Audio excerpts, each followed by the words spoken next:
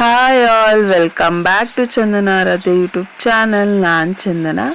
ಇದು ನಮ್ಮ ಅಜ್ಜಿ ರೆಸಿಪಿ, ಹಾಗೆ ನಮ್ಮೆಲ್ಲರ ಈವ್ನಿಂಗ್ ಸ್ನ್ಯಾಕ್ಸ್ ರೆಸಿಪಿ ಆಗಿತ್ತು.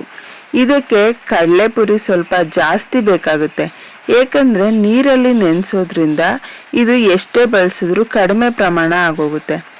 ಇದಕ್ಕೆ ಸ್ವಲ್ಪ ಜಾಸ್ತಿನೇ ತಗೊಳ್ಳಿ. ಅದನ್ನು ಮೊದಲಿಗೆ ನೀರಲ್ಲಿ 2-5 ಸೆಕೆಂಡ್ ಇಟ್ಟು ಆಚೆ ತೆಗೆದ್ಬಿಟ್ಟು ಸಪ್ರೇಟ್ ಇಟ್ಬಿಡಿ.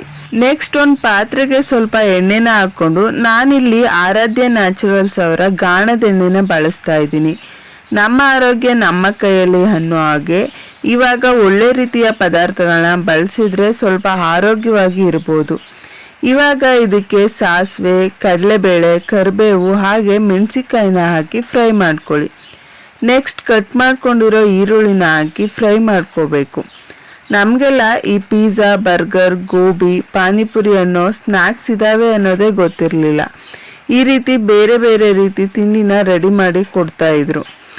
ಈರುಳ್ಳಿ ಎಲ್ಲ ಬೆಂದ ಮೇಲೆ ಸಣ್ಣದಾಗಿ ಹಚ್ಚಿರೋ ಟೊಮೊಟೊನ ಹಾಕ್ಕೊಂಡು ಸಾಫ್ಟ್ ಆಗೋವರೆಗೂ ಬೇಯಿಸ್ಕೋಬೇಕು.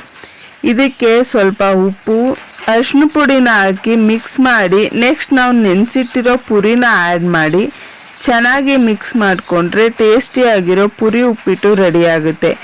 ನೀವು ಟ್ರೈ ಮಾಡಿ ಹೇಗಿದೆ ಅಂತ ಕಮೆಂಟ್ ಮಾಡಿ ತಿಳಿಸಿ. Thanks for watching.